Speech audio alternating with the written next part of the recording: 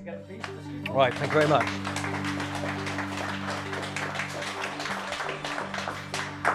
Right, okay, so I'm going to go through games development and production processes. I'm going to start off with a little introduction, just go into a bit of detail about myself and what I've worked on and the studios I've worked at, and I'll go through that side of things, and then we'll go into elements about games development like team sizes, team structure, and then I'll touch on the production processes of all the phases you go through when you make a game, and then I'll touch on some of the methodology at the end, which is quite dry, so I'll keep it quite light. I will caveat this with, this is sort of my experience going over through the years, and the games industry's evolved dramatically over that time, and some of the earlier stuff that I talk about and the sizes of teams is relevant to studios when they had to write their own render engines and physics engines and everything else. And now we have middleware that allows teams of one to make a game, you know what I mean? So a bit of introduction about myself. So 30 plus years in the games industry. I actually started off doing my first bit of work when I was about 16. And I've covered multiple roles within development, and I'll go through that as I go through some of the studios I've worked at. And I've shipped multiple titles across PC, console, mobile, and VR. So my background is, I come from a small town up the road called Tetbury, and Microprose moved to Tetbury back in the sort of like mid-late 80s. And they poached our art teacher from school. They used to come up to our school World Book Day and have a couple of PCs on the end of all the books, and they'd be showing Silent Service and whatever games they were working on at the time.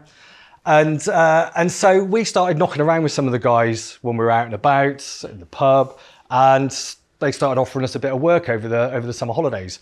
So my first sort of bit of work came after chatting to the guys and working on a couple of games over the summer holidays. And then a guy from Microprose, Paul moved out of it, a guy called Adrian Earle, and he set up a thing called Dagger Interactive that was outsourcing QA and work for Empire Interactive and Microprose. And so I ended up doing, whilst I was at college, I ended up doing freelance work for those guys in the evening. And so I was doing college work during the day, and in the evening I was on my Amiga playing a couple of games called Maelstrom and Twilight 2000 and writing up bug reports and everything else. And then I decided to go to Ocean. An opportunity had arose at Ocean in QA, and a friend of mine from Microprose actually had gone up and started up there and mentioned it to me. So when I was 19, I left Tetbury and moved up to Manchester in their QA department, where we were working on SNES, Mega Drive, Genesis, Jaguar, 3DO, Virtual Boy. So we worked on all sorts of different projects. And in QA, I was very much hands-on for maybe a month, 2 months, as a game would come through the sort of process, and we would get hands-on, and we'd be then working with the developers, giving them feedback and getting it approved so it would go through the compliance and everything else with Sony or Nintendo correctly. So after a couple of years there, working very late nights and getting loads of experience with working with different areas of a project, I then came back down to Microprose as a lead QA. This is where I met Coco, Dan, wherever you are, there he is. And I started working with Dan in QA at Microprose. And I worked on several projects there. I worked on Terror from the Deep on XCOM Terror from the Deep on PlayStation 1. I did a bit on Jeff Crammon's. I did his Grand Prix, did Gunship. I remember in those days as well in QA, we had to bundle all the boxes up, record all the footage, and then get the package together that we take up to Sony to get it signed off and submitted for approval. Track Attack, I think Civ 2, I think we had in there. We had all sorts. I can't remember all of them because it was so long ago, but I've got another sheet after this, which I've got lots of the games that I've sort of touched and been involved with. Sorry, I've jumped a bit there actually. So at Microprose, I then moved into design because my goal, what I really wanted to do, is be a designer. And so I then started working in the design department, where I worked on 2 different projects. One was a FASA license for MechWarriors, and then the other one was XCOM Alliance, which we were using Unreal for. And we'd licensed Unreal for 3 projects for $450,000, and it was in beta. And I remember working on the levels. I was a level designer, and I was building these levels, and then Tim Sweeney would change the code for the lighting, and I'd have to go through and change about 3,000 lights across the levels and be like, "Ugh." And then he'd do it again in 3 weeks' time. So I stayed there and worked on those projects. And an opportunity came up at Hot House, which was a studio in Bristol, which was again ex-Microprose, but they were working for IDOS. And it was an associate producer role. It was a friend that changed everything for me. They told me if I went onto my computer and dialed into this thing called the internet and then used my browser to visit PCBWay.com, I might be able to start to make things better. And when I saw their PCB manufacturing and design services, their 3D printing and their sheet metal fabrication services from their wonderful factory, well, that's when everything changed for me. If that friend hadn't told me about PCBWay.com, I wouldn't be here today telling you about PCBWay.com. So I guess now it's my turn to be that friend to you, because friends tell friends to visit PCBWay.com. And I'd sort of always had a natural affinity to organise things and do things in my spare time and create events and do stuff. So the production side of things for me started sort of feeling like a more natural fit, and it sort of happened as I got into the industry and started understanding the depths and the different roles that were there.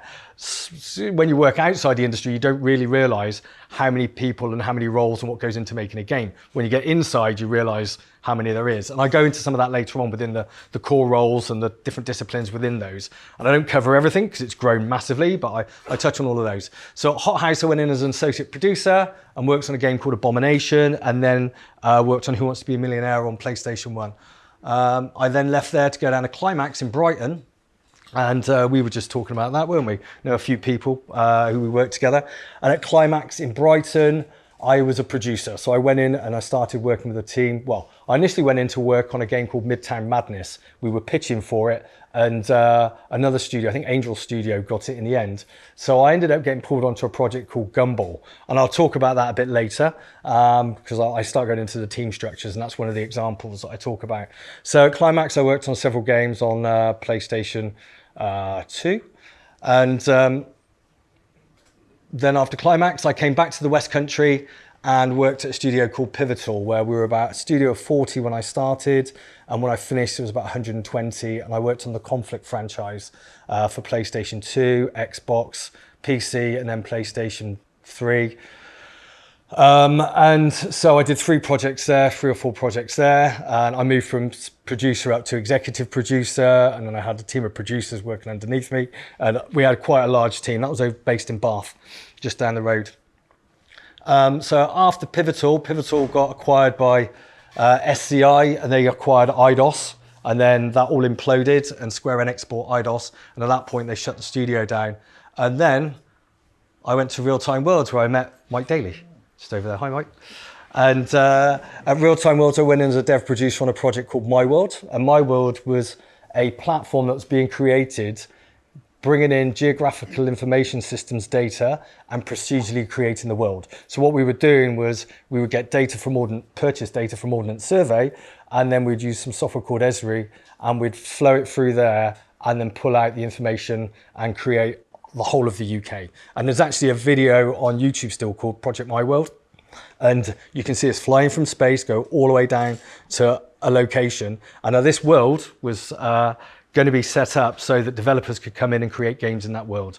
And we had, by the time we finished on the project, we had loads of social integration into it, and we had, I think Ian Hetherington and Dave Jones were pulling the project in 2 different ways. One was wanting to bring it into the social sort of space, and the other one was wanting to bring it into a 3D space. So we had a bit of social in there, and I think we had a fishing game in Loch Ness and a racing game round Silverstone. And so that was a really, really cool project. But the studio was doing a game called APB at the time that crashed, didn't do as well as they were expecting, and so the studio unfortunately didn't progress. But at that point, Mike and Russell introduced me to a guy called Sandy Duncan. Sandy did the launch for Xbox across Europe. I think he used to say he was employee number 6 for Microsoft in the UK.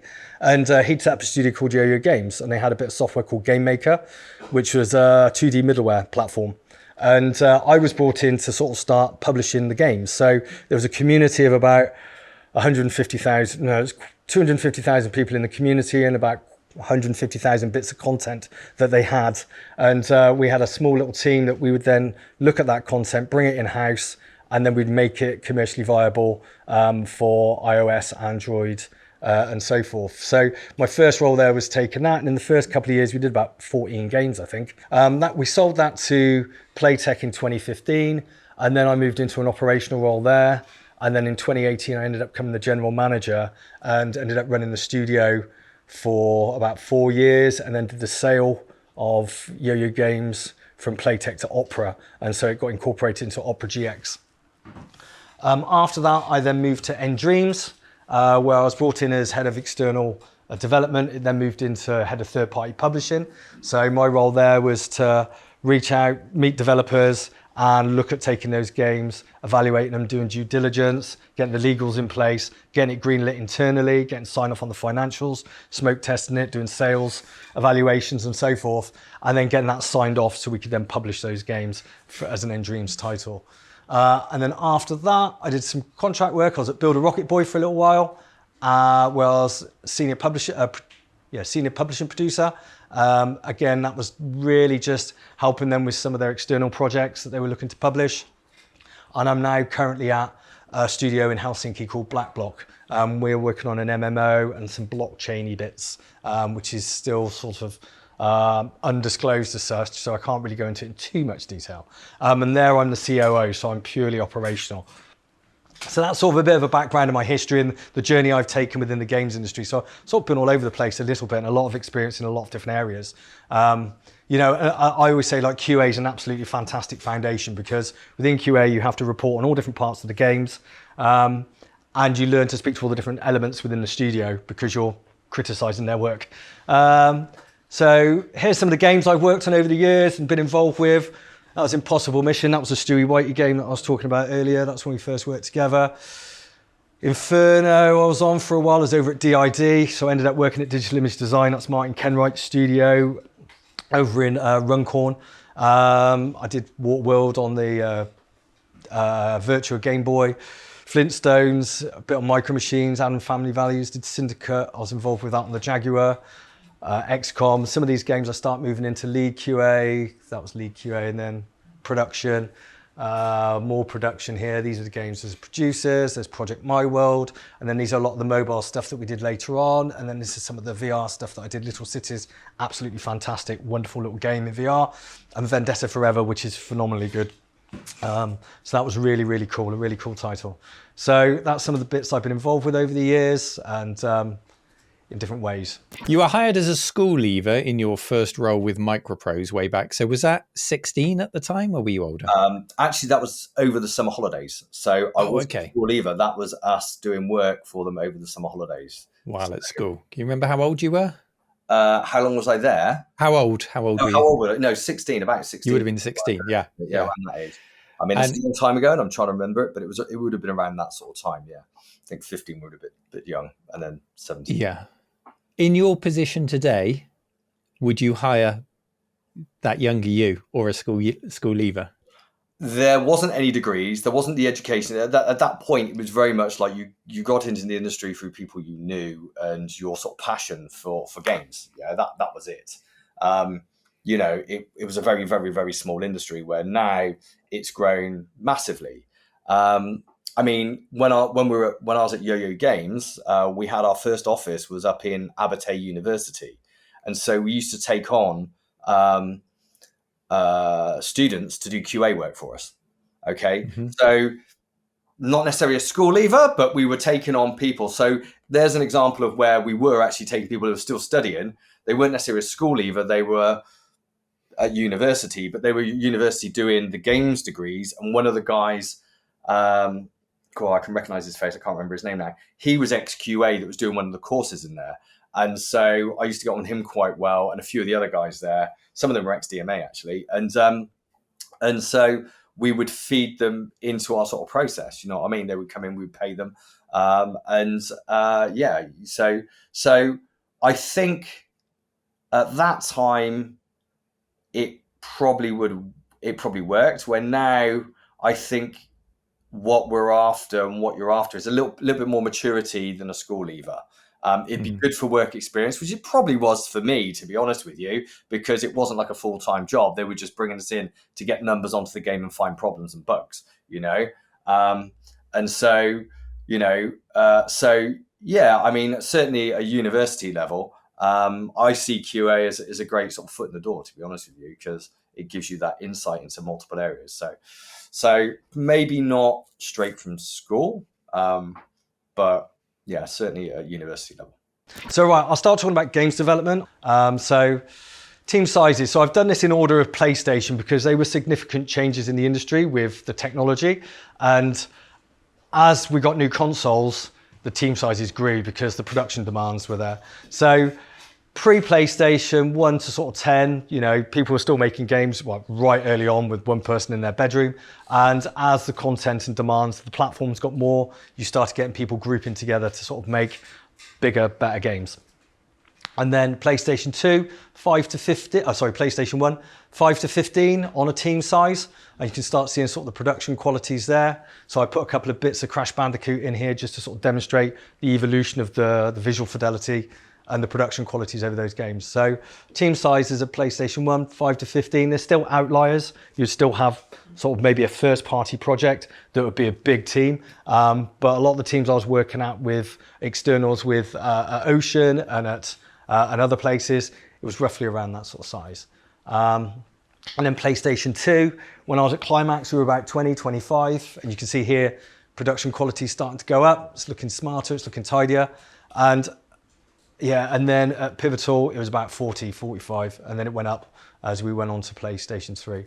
So PlayStation 3, we started getting 5. You can still have a small team, but if you're doing a lot of content, so you could do a very sort of smallish game, but then if you've got like a big narrative game with loads of FMV and loads of audio and loads of, physics and all sorts of different things, you'll find that your demands, loads of characters, your resource demands are quite large.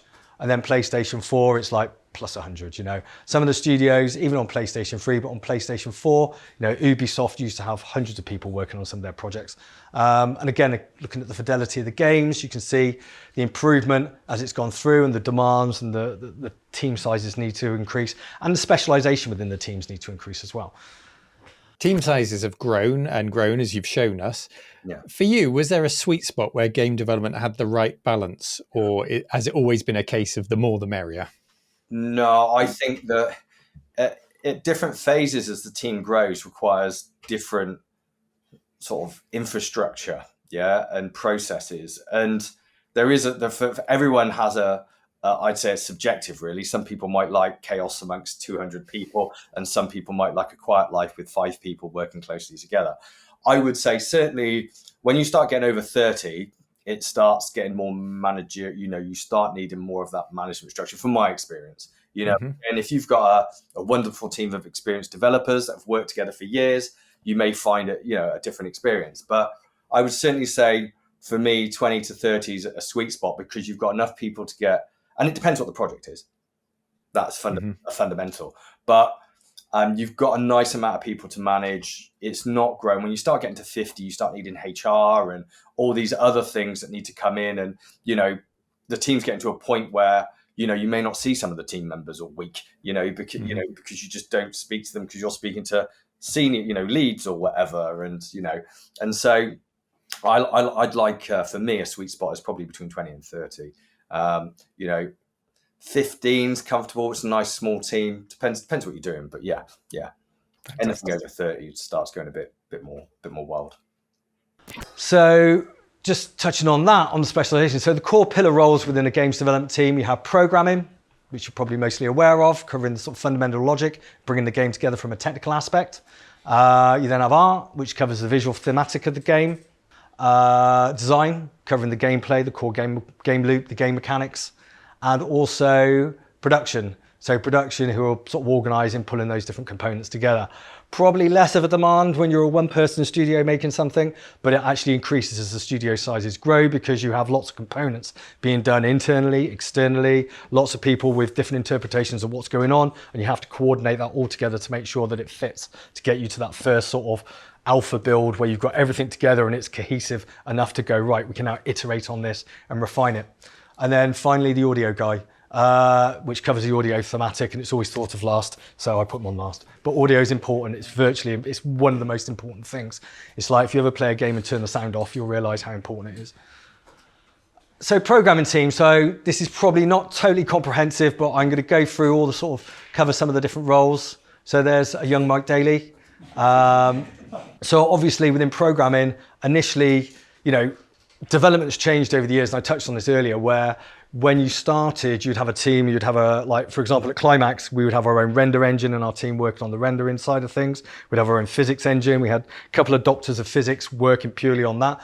And so when you suddenly got Unreal, you suddenly got middleware that allowed you not to focus on the core technologies, but the content to be more creative with what you were doing. You didn't have to write lighting systems. You didn't have to do physics. You had a whole system in there to write. You didn't have so many tools engineers to write the tools internally for you to make those changes in the game.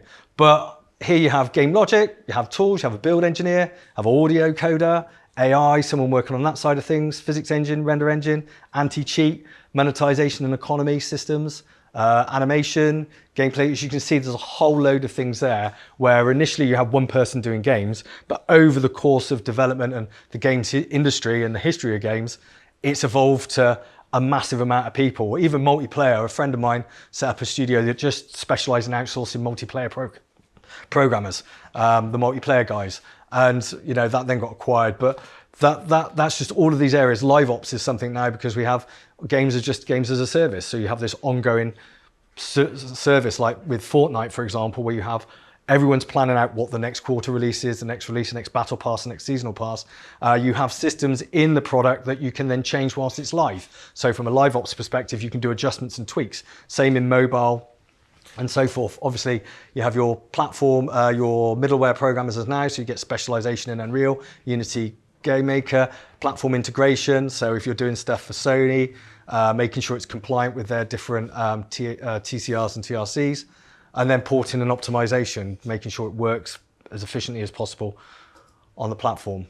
You talked about the shift from custom rendering engines to using off-the-shelf engines like Unreal.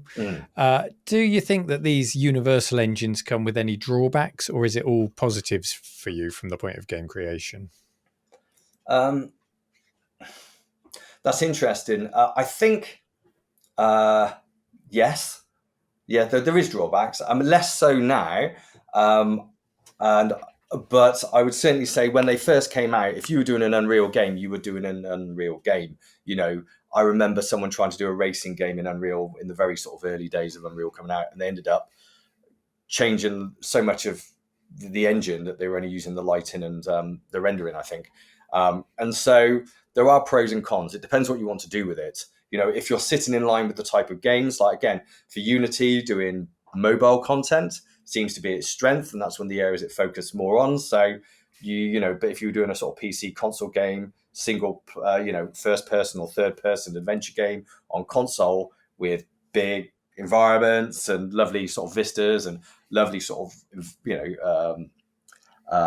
views, then you'd probably go for Unreal. You know what I mean? So there are pros and cons, but again, they have their strengths, and so if you're doing product within those, then you would use those tools. So I'd say, yeah, the further away you go from what those tools were originally created for, the harder the tool becomes. But I suppose one of the benefits, to turn that around, one of the benefits of using those tools is if you were creating a studio now, you'd be doing the first iteration of your own engine and your own tools, where Unreal's got 25 years now, 25 years plus of constant development and evolution. So with hundreds of programmers, so,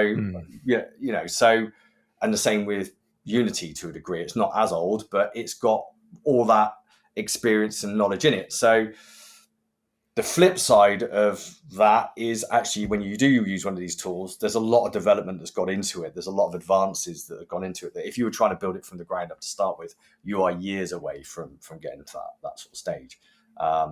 So yeah. Does anyone use a custom engine in your experience these days, or would you steer people away from that on their projects? I would, if you're new to development, or you're working on if you're sort of in your sort of first phase of development as a team, certainly using an existing engine gets you off the ground. And there are engines that leave you to give you access to the source code. You know what I mean? So you can go in and customize and do what you like. But certainly, yeah, I would say so, because at the end of the day, you're then focusing on the creative part of the game, the bit that users gonna really engage with, rather than how do we get the frame rate up, or how do we light this correctly, or it's not rendering very well, or there's bugs and it's glitching and X, Y, and Z. So you don't have to worry about some of those issues as much, because you can start focusing on the creative part of what you're producing, which is fundamentally why we have, I would say, with middleware, Unreal being free and the barrier of middleware coming down, that's what's allowed so many more development studios, because they're not having to do that. They're not having to have that technical knowledge to create their renderer or their lighting system or their physics engine or whatever. They can get it off the shelf. So the art team, there's a happy artist, because artists are always happy. They're Bob Ross. And so you have thematics, visionary concepts, which are like coming up with the idea of what it could look like. And then you have actual conceptors that go, right, this is what it's going to look like. And then that's used across the team to help the artist go, right, okay, this area of the map's going to look like this. This is a key point. This is a point of interest. And so we bring all those in. Character artists, environment artists, vehicle artists, weapon artists, general artists, animators across those different things, GUI, UX, UI. GUI, graphical user interface, UX, user experience, technical artists who work across between with the code team. So they're working on creating, for example, if you're moving from, I remember moving from PlayStation 2 to PlayStation 3, and you're looking at your characters have to be different. You have to evolve them. And so the tech artists would work out all the different things that we'd need to do to evolve those characters to make them cutting edge on the new platform, but they'd be working with the code team to make sure that it's practical and it works as a solution. VFX artists, material shaders, and cinematic artists for doing your cutscenes and everything else. Again, there's probably more, but that sort of gives you a sort of essence of how a team can grow, because there's more specializations in it and more demands. And obviously, as the team size grows, the development cost grows, the risk grows, the marketing budget grows. So you've got all these factors that are compounding to make sure that you're doing a better job. So the design team, going through that as a designer, looking really cool on his computer because they love it. And design, so technical design, systems design, that's sort of like, say you're having a cover system within the game for like a third-person game. They'll go down, start working it out, and they'll work across studio as well. So it won't just be like, they'll sit there and go, this is what I want. They'll work with the animation lead animator, they'll work with the animation coder, and they'll start working out how they can bring that together as a gameplay system. And the coders will be going, well, we could do this. And it'll be like, that's a brilliant idea. And they can bring it in and evolve it. Level design, that's where you're doing your level creations or your stages through the game, whether it's a narrative story-driven game or whatever. Weapons balancing and design. I mean, weapons design is actually now in combat designers. You get designers just purely focused on combat systems, where they've worked at one studio and they bring that across to another studio. Narrative, obviously, GUI, UX, game flow, so how the game all flows, even if you're going from the front end main menu all the way through the whole system and how the game's structured. Live ops, again, being able to do stuff in live ops when the product's live. And economy, certainly from a mobile perspective, but obviously that's spread out and has covered lots of different aspects of different platforms in the games industry now, where economy was very, very big in mobile in the earlier days. It's now spread out to your consoles and the like. On the topic of economy and live ops post-release, would you consider producing a game in the modern day that is just a finished game that you release and you play, or is a recurring revenue stream now kind of a built-in expectation of all games that you make? That's interesting. Again, it comes down to what project you're working on and what you want to achieve. I think if I want to do lots of hyper-casual games, then I'd be looking to do small, short snippet games that sort of keep you in with a loop, but you wouldn't be looking, you may be doing updates occasionally, but you wouldn't be looking for like things like seasonal passes or battle passes or anything else like that. If you were doing a large scale project with massive investment, you'd be looking to maximize the effort put in. So therefore you would be looking to do a live service with it, just to you wouldn't spend 3-4 years developing something that's humongous and then go, oh, well, that's it, we've done one round of sales, let's leave it. You'd be trying to extend that out, and that'd be part of the strategy of when you've developed it. So yeah, there's two answers to that question. Really, it really depends on what the objective of what I was trying to do. Is there any kind of sort of industry thought where it says, if it's taken you 2 years to develop a game, you would expect to have X years of sort of sales and revenue from it, or is it just put it out there and see what happens? I think a lot of it is get it out and see what happens, but ideally get it out sooner so you can iterate on it and get feedback on it, build on it. You know what I mean? I think one of the failings I've seen in one of the studios I worked at was they spent so long building it and increasing it and adding more and more stuff to it that at the point of release, the market had changed. The interest in the game had gone. They'd done their sort of, hey, we're doing this. They'd done a lot of marketing, a lot of sort of preview, a lot of showing off what they were doing. But it got to the point where people were starting to lose interest and move on to other things. And so when it launched, it was like you had this massive cliff edge and it just went, so it built and went doof, rather than a gradual sort of, oh, right, okay, feedback steer, And so from that side of things, definitely, I think, I don't think there's any sort of formula for it, but the sooner you've got sort of an MVP and then a CVP, the better that you can sort of like, get feedback on and get an understanding of where it is and what you need to do to steer it. So the production team, we're generally spinning lots of plates. That's what we're doing as a producer. You're dealing with art, you're dealing with code, you're dealing with everyone and bringing it all together so that you hit your timelines and your budget and your quality and your budget. So the different types of producers, you have internal and external producers, and they're very different roles. An internal producer works with the team, is doing all the planning and is bringing together the schedules and maybe working with the publisher or any external to make sure that the game is working and the team are delivering, and we have milestones, and I'll go into a bit of that in the methodology stuff later. And then the external producer is the one from the publishing side. So they're an external producer. They're dealing with marketing and feeding the information based on where the development team is back into the exec team so they can make decisions on that. They'll be bringing in builds so that the marketing team can look at all the games that they're doing and go, this one's doing really well, we think this is hot, we'll move more of our budget onto that one, take it from that one. And so that's the difference between an internal and external producer. And then producers at varying levels, you have associates, seniors, execs. The exec producer looks over the whole sort of scope of the project. Live ops producers, making sure everything's ready for release for each release after launch, and bringing everything together, making sure marketing's all coordinated, making sure all the changes are done, release notes are done, everything's all together, it's all tested, and it's working perfectly. Dev directors, so again, like I said, all studios and games are slightly different. So EA will have a producer, and a producer role there won't be as hands-on with the scheduling project management, but they'll be the one that's going, let's make sure this project's staying to the vision and we're keeping it driving that way and we're evolving that. Where they'll have a dev director that will do all of the production and the scheduling and the coordination of the team. And what you find there is, again, you can go to another studio where I've been a producer and I've done both.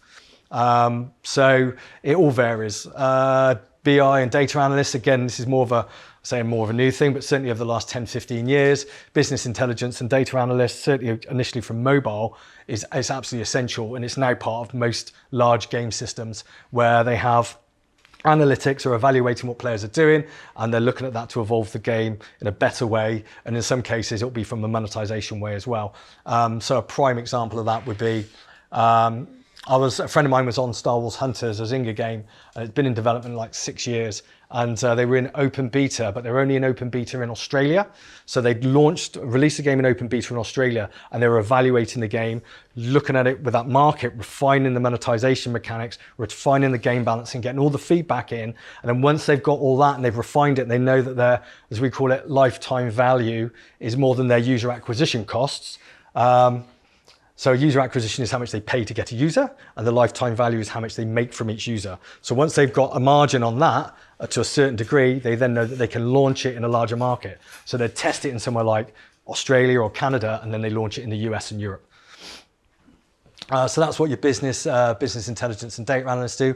Outsourced producers, you have a lot of co-dev. You have lots of co-dev, multiple studios working on one major project. And so outsourced studios, there's tons of outsourced studios. It all started off in China at one point. There was loads, and then there's Eastern Europe, and now they're everywhere, where you go, right, I need a set of art. So your core team's there, and then when you have a spike in content, you get an outsourced team, you get them involved, and you spend a lot of time briefing them so you get what you want back. And then you have a producer organising all that. And as teams have got larger, you would have specialisation. So you wouldn't just have a producer, you'd have an art producer and a technical producer that would cover the different aspects and be more specialised within those areas. And then QA, with your QA departments, that's also part of the production side of things. You explained to us the roles in the team and also outsourcing tasks. It must become increasingly difficult to pull these ever-increasing team sizes and all of these roles together to create a cohesive product. Do the wheels ever fall off of a project because of that complexity and spinning all of those plates? Yes, it does. I think, so one of the experiences I had at a studio more recently was where they had several products in development and the teams were working across all of those products. And it was a lot of people with multiple hundreds. And so it was not going efficiently and in the right direction. There was a lot of confusion and a lot of chaos. And you have people working across all three projects.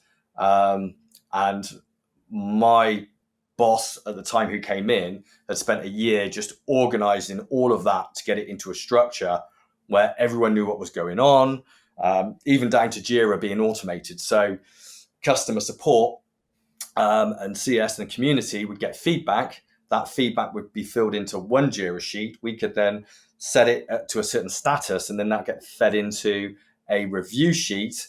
And then from that review sheet, it would go into the project's Jiras. Yeah. And then the producer, when they're doing their ingestion of new features into their Jira from external resources, and then see what our priorities are on those tasks and then feed them in. And we could then review those features within our Jira sheet to see what status they were in, those tasks, those requests in the actual development, whether they've been submitted, added into the next release, or whether they've been put into the following release. And so we could see all that. It was all automated down to that fine thing. But without that, and before that, it was just this ongoing massive development, but going forward, but not as quickly and as organized, and with lots more meetings trying to work out what was going on, which also takes up time and takes you off development. So yeah. And then the audio team. So the audio guy, here he is, banging out the tunes. And so you have an audio director that oversees the audio vision for the game. You have sound designers that can do music and audio. You have composers, voice directors, and you have people coordinating the localization for the voiceover side of things. And again, I worked on a game where my sound designer, my audio guy, basically he did the sound effects, he did the composition for the music, because we had a dynamic music system so that it would change different elements of it as the intensity of the game changed. And then we had the Bratislavan Orchestra record that, and then we had to chop it all up and use it in games. So yeah, it's quite a demanding role. And it's, like I say, a lot of people don't think about it at the start and then they suddenly think about it later on, but it's a big part of it. So team structures, so I talked about this. This is one of the games I worked on called Gumball on PlayStation 2.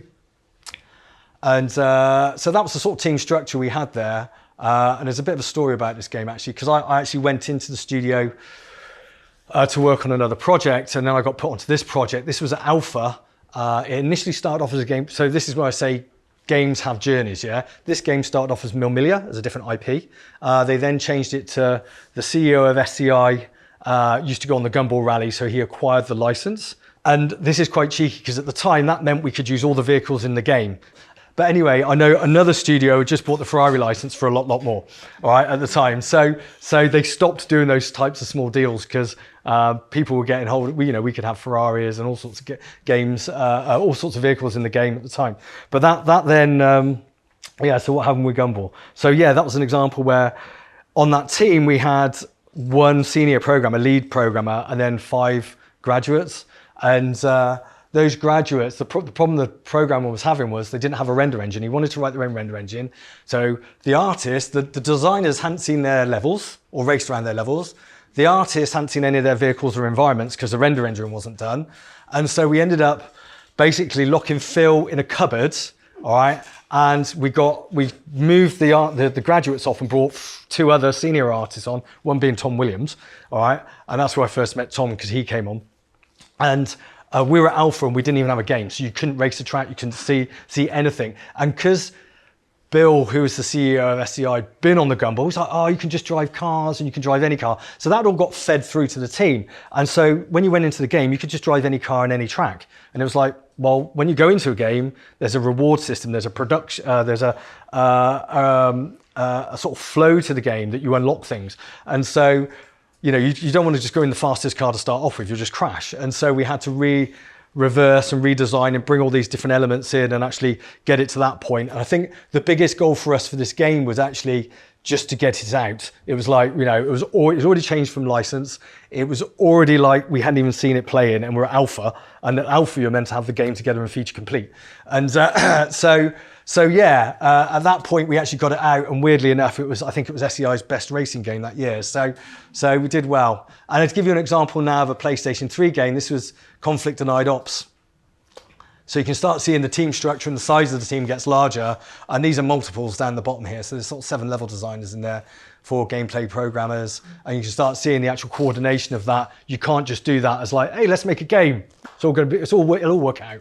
You know, what you've got here is you've got a publisher paying in a load of money and they want their game out. So you have to be efficient with your development processes and know what you're delivering. So your pre-production and your sort of organization of that has to be really, really well coordinated. But again, this game was an interesting one because it started off where our publisher couldn't decide what they wanted us to do next. So it started off as a PS2 game, and we thought, we'll just do a conflict game again because we know that, we've got everything there, we'll just do a different narrative and redress it, different time period. And so we got 6 months in, and they came back and said, actually, we want to do it on next gen. And so, well, we've already started doing all of this stuff for PlayStation 2. So we then had to up-res everything from PlayStation 2 to PlayStation 3. That's environments, vehicles, weapons, characters, all of those different things that we had stuff bubbling in the background, but we weren't making it urgent. Then what they wanted to do is they wanted to give the Conflict franchise a break. They were getting, it's getting a bit of franchise fatigue. Let's change it. So we're going to change the game. It won't be 4 characters. It'll be 2 characters, and we'll call it Crossfire. And we're like, okay, all right, well, we're with that. But then obviously this is a narrative-based game. We had FMV. We had to change it all, start cutting it all up. This was before it was being produced, fortunately enough, so we could edit all of that side of things. So anyway, as we're going through development, we're focused on these 2 characters, the CIA operatives. We're trying to make it as far away from Conflict as possible to make it look like a different game. And then what happens is they try and trademark the name, and someone trademarked Crossfire 2 weeks beforehand. And suddenly we're like, well, you're just about to launch this. We're just about to do previews.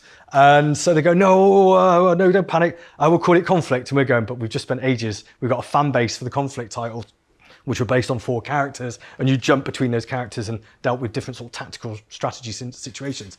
And we've just spent ages doing that. So fortunately, I think this got to number 4 on PS3, Xbox, and PC. But a lot of the criticisms about the game was it's not a Conflict title. All the fans were like, why'd you do that? But again, that's the sort of journey you have with games development. Like I say, each game, there's bits that are easy and bits that are a nightmare. And if I go through this, sorry, this is quite small, so you probably can't read it. So audio guide, QA manager and QA team. We've got an art manager there. We have lead weapons artist, several weapons artists underneath, concept and GUI, character, lead character, 4 character artists, environment, 11 environment artists, lead animator, a couple of animators, outsourced producer, associate producer on the production side. We've got game logic in the technical side of things, lead code animation, an animation coder underneath, AI, physics, gameplay programmers, and the render team. And then design, we had level designers, narrative, and a couple of system designers in there as well. And there's about 7 level designers underneath. But they were getting bigger and bigger, and the budgets were getting bigger and bigger, the teams were getting bigger and bigger, and the end users' expectations are getting higher, And the thing with all of this, the thing is, I did a game called Conflict Vietnam, and there was 3 Vietnam games coming out that year. You know what I mean? So even when you plan things and you work it out, suddenly the market dictates what happens. Some of it's out of your control. So what we got next? So that's that. Oh, and like I say, this didn't include music. So again, this was the game where we had the orchestra do the music side of things. And then we had FMV that was all being done in Australia as well. So that's all the full motion video, all your sort of like cut scenes using the characters that we developed, and then that gets sent off and they bring it all together. I noticed that Denied Ops was published across platforms, including the failed OnLive game streaming service, but that was 13 years ago and a lot has changed since then. Do you see the future of games on fat devices under TVs, or do you think streaming will become the primary way to game? Yeah, that's interesting. I think, I don't know. I mean, really, online gaming and everything's coming down to a client at the moment, isn't it? So I think it will be streaming at some point. I think it will go that way eventually. Do you think that would impact the way you approach game development in any way?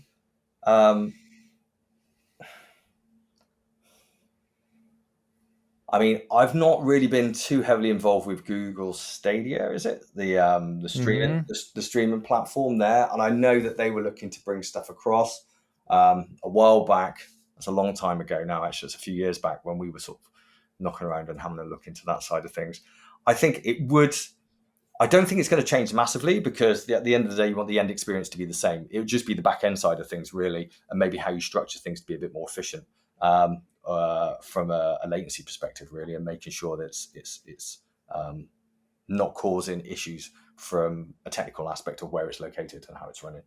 But I think yeah, that would be the way to go. I think, when someone gets it right, it will work. Yeah. It's just another thing of convenience. So a couple of points on how teams have evolved over the years. Consoles or the generation technology has increased, and each time technologies come out, the demands of the team have changed and adapted. Hence why I was using PlayStation, I suppose, as a sort of gauge as for team sizes growing. Then you have new platforms require new skills. So mobile's a brilliant example where you have user acquisition teams, you have economy teams, data analysts, all those roles all sort of came, advertising. There are all sort of different elements that go into those games. And mobile games have a wide variety. A lot of them are based on a business model and then a games wrapped around it. All right. A lot of them aren't so much nowadays, but there was a whole point where every game was freemium and it would all be about, at this point you need to watch an advert, at this point you need to have something. That is all evaluated and refined to the point where it's maximizing money for the studio. Or for the publisher, and then going online. So again, years ago, we used to do one version, it would go out on disc for PlayStation 1, and that was it. You wouldn't be doing updates. Now, online, you have games as a service. So Fortnite, the like, all these games just get updated with ongoing content. It's like Dallas, it's like a never-ending soap opera. And then AI. Ooh, AI. So the dark side. So AI is with us. It's one of those things where it's having an effect on the industry. We did key art, that would be done, we'd have concept artists building out the visual style and the thematic, but then we'll be feeding that in and creating key art through that. And where I am at the moment, we've done some prototyping using Claude, I think it is, from a code perspective. And it's one of those things where you've got to embrace it because it's here, it isn't going anywhere. You know what I mean? So it's one of those things where it's like, what do? You can either go away and miss out on the opportunity because other people are diving into it, they're getting up to speed with it and they're using it. But the flip side of that is it's people, before people were doing that work, Right, this will be the boring bit. So I'm going to go into the production process and all that side of things of like the sort of traditional steps that you do, and this varies depending on team sizes and the type of game you're doing. If you're doing a very simple, casual little game, you may not need to go heavily into this side of things. But if you're doing a massive narrative game where you have a large team, you need to understand what you're delivering. At Barb, there was 250 people working across 3 or 4 studios in different parts of Europe. So you need something to make sure that everything's coordinated and you're not just wasting loads of money. So I'll do 2 bits in here, stages of development and a bit of methodology. And so the stages of development, you have, and I'll go into each of these in a bit more detail afterwards. So you have the conceptual phase. This is your ideation, what you're doing, coming up with a cool idea that you've always wanted to make. Pre-production, which is your sort of planning and scheduling phase. Production, which is your making phase. That's when you're making the thing. Alpha is when you bring it together for the first time. Really, you're like, this is like all the components, you're feature complete. I then have closed beta, which is when your content complete and you start exposing it to people and getting user feedback. And then open betas, where you like open up the floodgates and you start getting a lot more people in. And that's where you really sort of anger testing and you're refining things at that point. And then launch. launch is obviously when all things go to, or basically everything goes for it. So if you're doing mobile or your user acquisition or your advertising, if you're doing traditional, you'd be having all your press, everything else. And then live ops, which is post-launch, how you keep the thing going, which is, like I said, nowadays is part of games. If you've got a game that's successful, you want to keep it going on and as long as possible. And I know it sounds quite bad, but games is a business, yeah? And if you want to make another game, you have to make money to be able to support you, to be able to do that. And that's one of the things a lot of people, even in the industry, people are like, you know, they're like, oh yeah, I just do this and I get paid every week. And it's like, no, we actually this has to make money. If it doesn't make money, the studio goes down. And so therefore it is a business and you have to do that. That's why there's so many elements into monetizing, which is the dark side of development. It's still fun to make games. And so concepts, so that's coming up with your compelling game idea and that's your goal, and some of the things you do within that's brainstorming, trying out game mechanics, looking at your art style, doing a bit of research, doing some competitive product analysis, seeing what is else on the market, what does it have. I mean, like at Climax, when we would do a pitch to a publisher, say it was a rally game, we would look at all the other rally games, we'd do a big table of all the different features, the different things, and see what we would need to do to be competitive, to make it sort of stand out and look good to the publisher that was looking for a developer to do that game. And then you do your initial concept doc or pitch deck. Pitch deck if you're going out and you're trying to pitch the game. So when I was at End Dreams, a lot of the times I was at shows, I would see like, crikey, Gamescom, I saw 70 developers over 3 days. You know, they were literally taking the stand down that we were on whilst they're still having meetings. And it was just like pitches and demos, and you're just looking at all, evaluating it all, finding out their timelines, finding out if there's anything exciting or good. So yeah, it's important, pitch decks and your concept documentation. And then pre-production, so how you're going to get the game through development. So you have a GDD, which is your games design document, a technical design document, and those sort of two, and then you could do an art document as well. Those are sort of where you start working out your scheduling. So you start looking at what's the design, what's the content going to be, how are we going to build it, and then you can start looking at your resources, which allow you to do your budgeting. And there's sort of like a triangle of quality, budget, and time. And if any of each of those pushes the other one. So if you cut the time, it's going to push quality or budget. If you're going to, you know, you may budget-wise, you may want more people to do it in a smaller time frame and so forth. Milestone documents, so if you're working with external, certainly internally, but certainly if you're working with an internal, you'll need a milestone document because that's what goes into the contract as your deliverables. Okay, and so that's how the publisher goes, right, on this milestone, we'll pay you this much money for the work that you've done. Platform, you decide what platforms you're going to target. You start looking at what resources you need. You may be designing all of this with the team that you've got. So you're doing it within that scope, and you can prototype core mechanics over that phase as well. So you like visual tests, as it says there, but you may go, right, this is the core loop. Let's make sure we've got that refined. That's the bit we're going to grow out. The game's going to be based around that. So you hammer that, or there may be an element that's really risky and you go, right, let's mitigate that risk before we start going into our full development process. And so we know what we're doing and we're not spending time suddenly using that time, not delivering what we said we're going to deliver, and trying to sort of find out if the game's going to be fun. So production, so that's building the game. That's going through building out your core systems or your content creation, your level design, all those different roles. They all start absolutely hitting it now. You may outsource bits where maybe you've got a character team of 3 character artists and you need 40 characters. So you outsource 30 of the characters to an external studio, so you can spike that. Networking and multiplayer. Integrating all the parts, and then you're doing frequent builds so you can check that stuff's working, stuff's going in, and you're feeding back, and then milestone reviews. So at those key points, are we on track? Is it right? Is it feeling right? Actually, do we need to change this because that bit's rubbish? You know, and so you do that. So you iterate, and that feeds back into the process. So alpha's feature complete. That's when your features are, but you can have bugs, you can have placeholder content. So alpha's really like, oh, we've got the skeleton together, the whole thing's jingly and jangly, and it's sort of, you get your feel for what the game's going to be like. And again, if it's really small, you can be there really quickly. If it's a really big game, that can take a long time to get to that point where you go, no way, I've just started the game and I've gone through every level all the way to the end. Yeah, refining, getting your core gameplay loop in there. Like I say, placeholder art, incomplete UI. You might get a few people to come in and have a look at it. Certainly the publisher would, or an investor and so forth. And you start building that feedback loop between QA and the devs. So you start getting your QA systems in place, whether that's Bugzilla or Jira. Most people are using Jira nowadays as their development software, as their production software.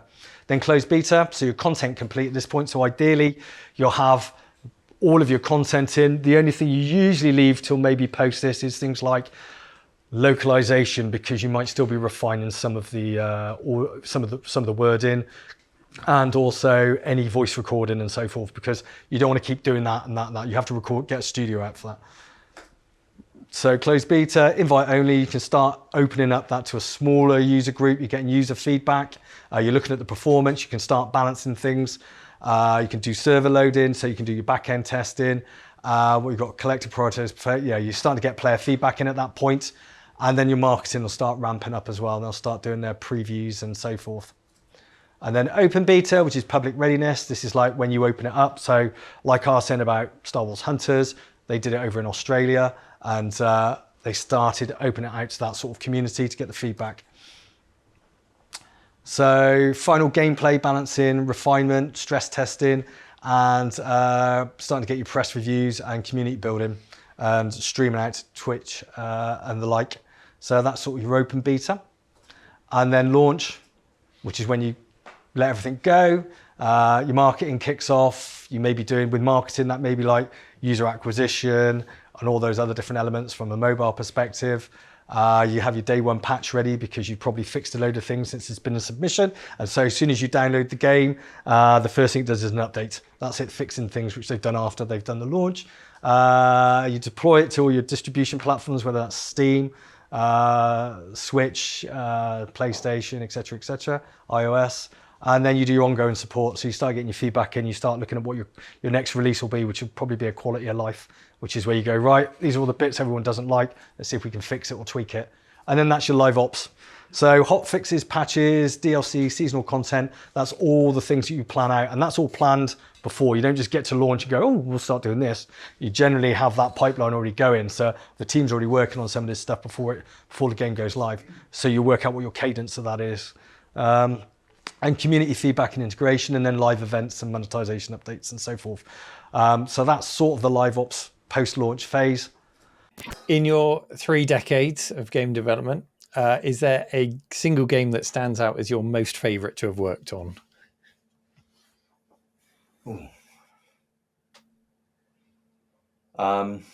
Yeah. Oh, crikey, I need to have a think. Got to choose one, Stuart. I'm not going to let you get off on this. No, Got to choose one. Favorite to work on or favorite to play? To have worked on in the industry. Yeah, I would say certainly the Conflict franchise. That was really, really good fun. Yo-Yo, that was more middleware, and I did have a lot of fun with the games there because they were very short, and we were making the first game we made there we did in a week, and we released it on iOS and Android. All right. And it was based, we were taking community games and bringing it in-house and then revitalizing it. We realized we got to about 4 to 8 weeks per game where we were making successful games and getting them featured on the Google Store and the like. That was incredible fun, because I suppose the difference there between the Conflict stuff, the bit there was we were doing games so quickly and going on to the next game that there was this constant creative, like, how do we solve this? How do we do that? It's something new. And we used to have a board of Post-its with all these different ideas of games on that we just come up with whilst we're doing stuff, thinking, actually, we can do that in about 3 weeks. You know what I mean? Where when you work on a project for a couple of years, you know, lots of people have ideal games that they want to do, but they're never going to put it on a Post-it and go, well, let's have a think about that in 4 weeks. So that was really, really fun. That was actually great fun, because also we would, we would be shipping them. We'd be literally just going, right, let's all go. Is all the marketing done? Community posts ready? Everything going live? Right, let's hit the button and put them live. You know, it was brilliant. So I'd say that was the most enjoyable. Conflict was enjoyable because they were a great team, really challenging projects, and you know, we got number ones on it, and it was just great fun to develop, and we had a really good sort of groove going. Like I said, wonderful people, wonderful place. But certainly, but again, that was one where, you know, the development time was quite long. It wasn't these little snippets of, here's an idea, here's another idea, let's bang that out, let's try that. So yeah, certainly I'd say yo-yo with the initial sort of mobile development and publishing was definitely the most fun. I like that because it reminds me of listening to people like the Oliver twins talk about the 8-bit days and bedroom coding, and just them going, right, we set ourselves 5 to 8 weeks to bash out a game, and that's what we did, you know. And that was it. That's what the luxury of Game Maker was, because of the system that it was. It allowed us. It was if we were doing 2D games, so it was going to, if it was tile based, everything was just like, right, once we've got the tiles, we can just start creating different levels, different rooms, different environments, and we put a core mechanic in it, and then off we go. That was it. It was really good fun. Methodology. So I'm really close to the end now, and I haven't done too much of a big area of this, but there's there's three. There's waterfall, which is a traditional sort of development process where I'll show you in a second. There's Scrum, which sort of came in around mid 2000s, where Agile and Scrum was becoming quite big. And then most people do a mixture of both. So they sort of make it work for them. So waterfall, I've done a very basic diagram here, but what you do is you'd have your resource, and then you put all their tasks and assign it to that resource. And then what you do is I used to use Microsoft Project for this. You then connect them, and you'd link each task together. And what that does is it creates this Gantt chart with this waterfall. And then what you do at certain points, you go, well, every 4 weeks, that works 4 weeks worth of work. That's a milestone. That's a milestone, that's a milestone. And that's how you'd pull your milestone document out. And you would put buffer and fat in there. So you might, if say it was 4 weeks, you'd have 3 weeks worth of work and a week's worth of making sure you've got time to fix things, or if there's a bit of slippage. And when you do this type of scheduling, you would have holiday in there, sickness, and you add in loads of different buffers. You'd also put a bit of fat at the end of the project, just for slippage and learnings as you go over the course of the project.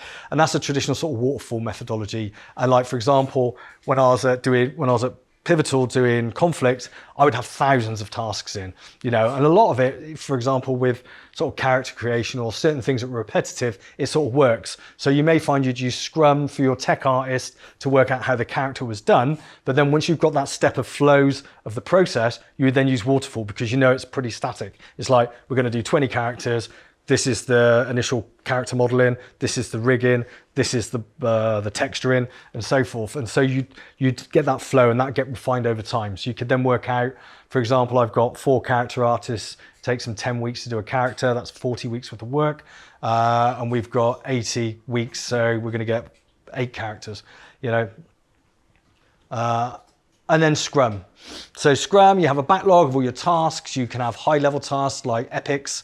And then what happens is these tasks, you put into a sprint at the start, and everyone on the team goes, right, I'm doing this, this, and this. That goes in your sprint. Your sprint could be 2-3 weeks. And then at the end of the sprint, you do a review, and you've either done the task or there's learnings, and it goes back in. And then you go into the next sprint, and then you go to the next sprint, the next sprint. And sometimes you could do releases after certain sprints, and then a milestone, and that's how you block the work off. And when you're planning out the work from that side of things, you'd probably have larger tasks, and you would then just put gut estimates on it. And that's how you'd work out how much work we can get done. And then you go granular when you go into this planning sort of phase. That's what's different. With waterfall, you would go into the detail and plan it all out. So you do get a better visual from waterfall, but it doesn't mean people will hit their times. It's just one of those things. So I said I'll keep this bit light because it is quite dry. So that's pretty much it. Would you go back and do it all again, or would you change anything about the way you approached your career in the gaming industry? It's a good question. Yes. Yeah, I would. I think it's been a great journey. I think the games industry has it's done well for me. It's been challenging. It's quite a volatile industry, and it's something that I'd always warn people before they go in. And like at the moment, it is going through a very volatile phase and change. So you have to be passionate about games and wanting to do it, to be in it. And that shows with the output of people that go in. There's some very incredibly talented people, passionate people within the games industry. I absolutely love what they do. But it is pretty hard, and it can be because it's like it's like any entertainment industry where it's like with movies, you're only good as your last movie. Music, it's the same. First album was great, second album was rubbish, and no one bought it. And so these things have ripple. It's a business, unfortunately, is a core thing to it. So Yes, I think so. I think it's a very different industry now to when I started, and so whether or not I would do it from now would be interesting. You know what I mean? But certainly, I've great 30 years. It's been really really good, and it's given me insights and given me all sorts of experiences, from shipping games, work. We used to work incredible hours, which I don't recommend to anyone, but some of the times and some of the things that happened over those times and the excitement and just the wildness of it all, is sort of gives, it's very character building.